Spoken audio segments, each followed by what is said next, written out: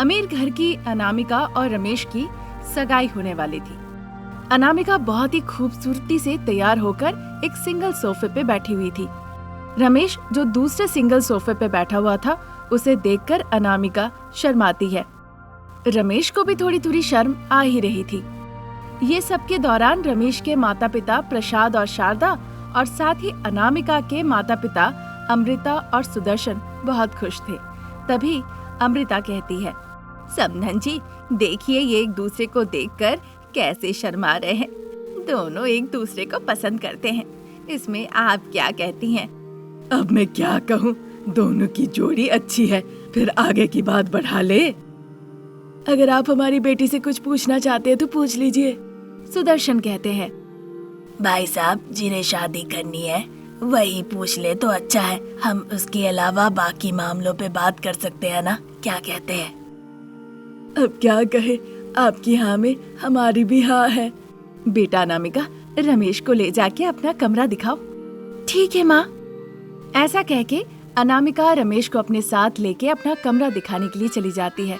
वहाँ जाके दोनों अनामिका के बिस्तर पे बैठते हैं। Hello, this is Ramesh, software engineer.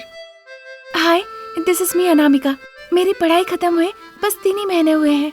मेरी पढ़ाई कलकत्ता से हुई है, इसलिए इन खानों के बदले मुझे बंगाली खाना पकाना ज्यादा पसंद है। अनामिका की बातें सुन के रमेश थोड़ा कंफ्यूज्ड हो जाता है। बंगाली फूड मतलब वहाँ तो मछली बहुत फेमस है ना? हाँ, मुझे मछली बहुत पसंद है। मैं तो बिना मछली का खाना ही नहीं खाती। चाहे हर दिन हो, कोई त्योहार हो, मुझे तो बस मछली ही चाहिए। अगर ना मिले तो खाना ही नहीं खाती। मुझे बिल्कुल पसंद नहीं। ये सुनते ही रमेश का मुंह बैलून जैसा फूल जाता है। उसका चेहरा दुखी दुखी हो जाता है। फिर तो हमारी शादी नहीं हो पाएगी। मेरी माँ बहुत पूजा पाठ करती है। सोमवार, गुरुवार, शनिवार, इन दिनों तो किसी भी तरह घर पे मीट मछली पकते ही नहीं है। वो बहुत ही धार्मिक है।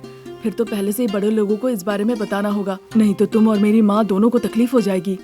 चलिए चलते हैं। ऐसा कहते हुए रमेश और अनामिका हॉल में आते हैं। वहाँ पे शारदा और प्रसाद, सुदर्शन और अमृता पान पत्ते आदान प्रदान करके रिश्ता पक्का कर रहे थे। ये देखकर रमेश और अनामिका बिना कुछ कहे चुपचाप खड़े रह गए। फिर एक शुभ अवसर देखकर रमेश और अनामिका की बड़े ही धूमधाम से शादी करा दी गई। इस तरह रमेश अनामिका के साथ शादी के बंधन में बंध गया और मन ही मन सोचने लगा, बेचारी माँ अनामिका के वेशभूषा देखकर सोची होगी बहुत भक्तिमय है, पर उन्हें क्या पता कि उनकी बहू तो पूरी तरह से बंगाली है। इस तरह सोचता है। शादी के सारे रस्म पूरे हो जाते हैं। फिर अनामिका रमेश के घर में बहू बन के आती है। सुबह नाश्ते में उसने इडली और मूंगफली की चटनी बनाई और अपने लिए उसने डोसा और उसके साथ मछली की करी बनाई और जाके डाइनिंग टेबल पे बैठ के खाने लगी। अनामिका को डोसा के साथ मछली की करी देखते हुए शारदा का मुंह बन गया। ये क्या बहू, नाश्ते में कोई मछली खाता है क्या? मैं खा लूंगी माँ जी, मुझे मछली खाना बहुत पसंद है। भगवान जाने तुम और तुम्हारी समझदारी। ऐसा कह के शारदा वहाँ से चली गई। थोड़ी देर बाद प्रसाद भी वहाँ से चले गए। फिर अनामिका बैठे बैठे मछली करी के साथ आराम से डोसा खाई। तब तक 2-4 घंटे बीत चुके थे। सोफा पे बैठ के आराम से टीवी देख रही थी सासू माँ शारदा। उनके पास अनामिका आके कहती है, माँ जी दोपहर का खाना तैयार हो गया है। फिर जाके एक बार पिताजी को भी आवाज दे दो। कह दिया माँ जी, आ रहा हूँ, उन्होंने कहा। फिर शारदा वहाँ से आके डाइनिंग टेबल पे बैठ जाती है। प्रसाद भी वहाँ आके बैठ गए। फिर अनामिका ने दाल चावल और आम का अचार उन्हें परोस दिया। शारदा प्रसाद खाने लगे। फिर वो एक दूसरे से कहने लगे कि अनामिका ने अच्छा खाना पकाया है। फिर अनामिका खाने बैठती है। अपने प्लेट में चावल लेती है और उसके साथ फिश फ्राई भी लेती है। उसके खाने का प्लेट देख के शारदा बहुत चिढ़ गई। क्या बहू, अभी तुम फिश फ्राई खा रही हो? हाँ माँ जी, मुझे मछली खाना बहुत पसंद है। मैं मछली के बिना कुछ भी नहीं खाती। जो भी खाना हो उसमें मछली होना बहुत जरूरी है। इस तरह कहकर अनामिका फिर चावल के साथ फिश फ्राई भी खाने लगती है। इसी तरह दिन निकल रहे थे। इस तरह अनामिका हर एक छोटे मील के साथ मछली जरूर खाती थी। ये देखकर शारदा एक दिन बहुत ज्यादा चिढ़ गई और फिर अनामिका के पास आकर वो पूछने लगी, ये क्या बहू, ना कोई मर्यादा है और ना कोई सम्मान है। हर दिन तुम मछली खाती हो, तरह तरह का मछली पकाती हो और खाने लगती हो। तुम्हारे घर में तो इस तरह से कोई भी मछली नहीं खाता है। ये आदत तुम्हें कहाँ से लगी? अरे माँ जी, मेरे पिताजी ने आपको इस बारे में कुछ नहीं कहा। तुम्हारे पिताजी ने तो नहीं कहा, अब तुम ही बता दो। फिर अनामिका ने अपनी पढ़ाई लिखाई के बारे में, कहाँ पे वो बड़ी हुई, किस तरह का माहौल था वहाँ पे, अपने खाने के बारे में सब कुछ बताती है। ये सुनकर तो शारदा बड़ा आश्चर्य होती है। इसका मतलब तुम निकली बंगाली बहू। ऐसा कहकर शारदा वहीं पे बेहोश होकर गिर जाती है। जल्दी जल्दी अनामिका और प्रसाद शारदा को उठाकर अपनी गाड़ी में बैठा के उसे पास के अस्पताल में ले जाते हैं। शारदा को बेड पे लिटा दिया जाता है। डॉक्टर सब आके उनकी जांच करते हैं। इधर अनामिका और प्रसाद बहुत चिंतित थे। अनामिका जल्दी से ऑफिस गए रमेश को फोन करके उसे पूरी बात बताती है। रमेश भी परेशान होके बाइक लेके जल्दी से अस्पताल पहुंचता है। अनामिका और प्रसाद परेशान होके बिस्तर पे लेटी शारदा को बस देखे जा रहे थे। तब तक रमेश वहाँ पे आ जाता है। अनामिका रमेश को पूरी बात खुल के बताती है। तब तक डॉक्टर अरविंद शारदा के सारे रिपोर्ट्स लेके वहाँ पे आते हैं। परेशान होने की जरूरत नहीं, अभी उनकी जान खतरे से बाहर है, पर अगर भविष्य में सावधानी ना बरती जाए तो संभावना है कि उनकी परेशानी बढ़ सकती है। अचानक से और ज्यादा तेज दर्द हो सकता है। देख के लग रहा है कि जो सुनना नहीं चाहिए था वो सुन लिया हो, या फिर जो देखना नहीं चाहिए था वो देख लिया हो। देखा नहीं डॉक्टर साहब, सुना है। इस तरह प्रसाद डॉक्टर अरविंद से कहते हैं। चाहे कुछ भी हो, उसी वजह से तकलीफ हुई है। असल में उनका हार्ट थोड़ा कमजोर है, साथ ही कोई बात होगी जो उन्हें बहुत परेशान कर रही है। फिलहाल ओमेगा 3 टैबलेट्स मैं लिख देता हूँ, ये खिलाते रहिए और जितना हो सके इन्हें हर दिन मछली खिलाते रहिए। डॉक्टर साहब कहते हैं। डॉक्टर साहब की बातें सुन के टक से शारदा अपनी आंखें खोल लेती है। फिर 1 घंटे के बाद वो शारदा को लेकर घर वापस लौट जाते हैं। उस दिन से अनामिका शारदा के लिए खाना पकाने लगती है। फिर हर दिन, हर भोजन में, हर एक मील में अनामिका शारदा के लिए मछली पकाती है। सास के लिए वो खुद मछली खाना कम कर देती है ताकि सासू माँ ज्यादा मछली खा सके। तो ये थी बंगाली बहुरानी। नई स्टोरी लेके जल्द हाजिर होंगे। नमस्कार। वो सुदूर गांव था। उस गांव में बारिश की वजह से पानी भर गया, लेकिन फिर भी लोग वहां रहने लगे और नाव से यात्रा करने लगे। रमेश वहां पे नाव चलाता था। वहां से जो पैसे कमाता था उन पैसों से वो अपने माता पिता शारदा, प्रसाद, पत्नी अनामिका और बच्चे हरीश और भाव्या का अच्छे से देखभाल करता था। एक दिन शाम हो चुकी थी। अचानक से तेज बारिश आई। बिजली ना होने के कारण एक लालटेन जला लिया उन्होंने। रमेश पत्नी द्वारा बनाए गए गर्मा गर्म पकौड़े खा रहा था और परिवार के साथ गपशप कर रहा था।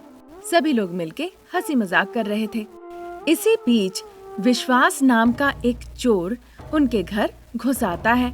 उसके हाथ में बंदूक थी और एक हाथ में सूटकेस था।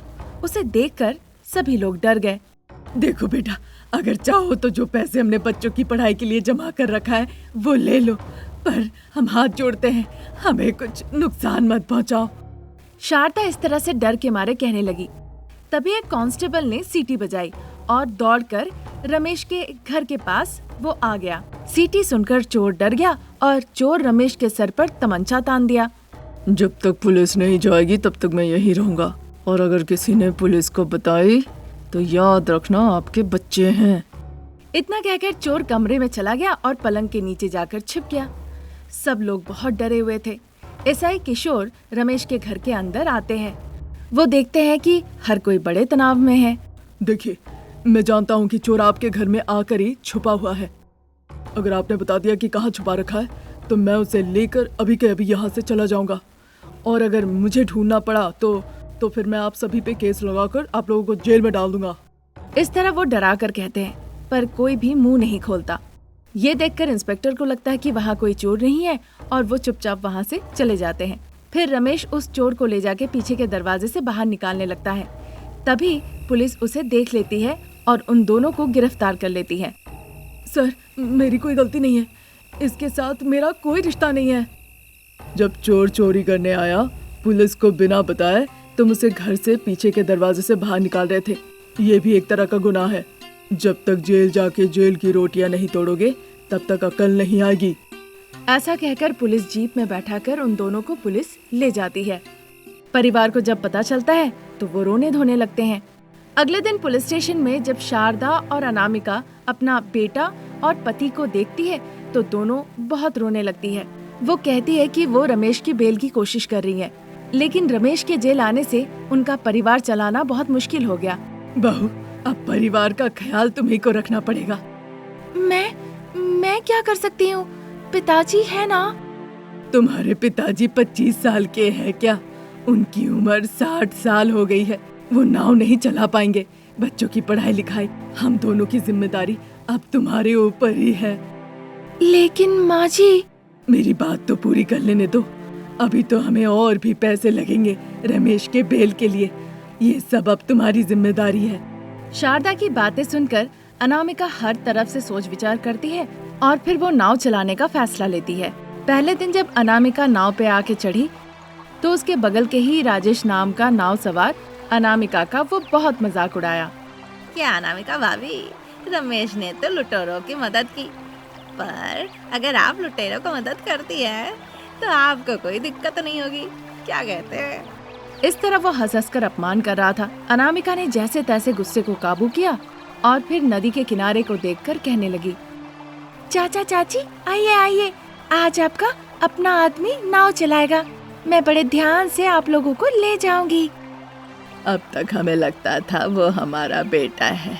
अच्छा है सोचकर नाव में चढ़ते थे। अब पता चला कि वो एक चोर है। अगर हम इस नाव में चढ़ेंगे तो हमें भी पुलिस पकड़ लेगी। ऐसा कहते हुए वो जाके राजेश के बोट में बैठ गए। इस तरह गांव वाले किसी न किसी बात को लेकर राजेश के जेल जाने की बात को जोड़ दे रहे थे। अनामिका ने बहुत विनती की पर कोई भी उसके नाव में आके नहीं बैठा। ये सब देखकर अनामिका भी बहुत दुखी होकर आकर अपने नाव में बैठ गई। ठीक उसी वक्त उसने देखा एक बुजुर्ग महिला पानी में डूब रही है। कोई है क्या? बचाओ मुझे, कोई है, बचाओ। चिल्लाने की आवाज सुन के अनामिका इधर उधर देखने लगती है। तभी उसे दिखता है कि एक बुजुर्ग महिला पानी में डूब रही है और अपनी जान बचाने के लिए गुहार लगा रही है। बस ये बात भी अनामिका भूल जाती है कि उसे तैरना नहीं आता है और उस बुजुर्ग महिला को बचाने के लिए वो पानी में कूद जाती है। तब उसे याद आता है कि उसे तो तैरना ही नहीं आता है और वो पानी में कूद चुकी है। अरे अब क्या होगा? मैं तो भूल ही गई थी कि मुझे तैरना नहीं आता है। मैं पानी में कूद गई उस बुजुर्ग महिला को बचाने के लिए। अब मुझे कौन बचाएगा? कोई है, बचाओ, मुझे बचाओ।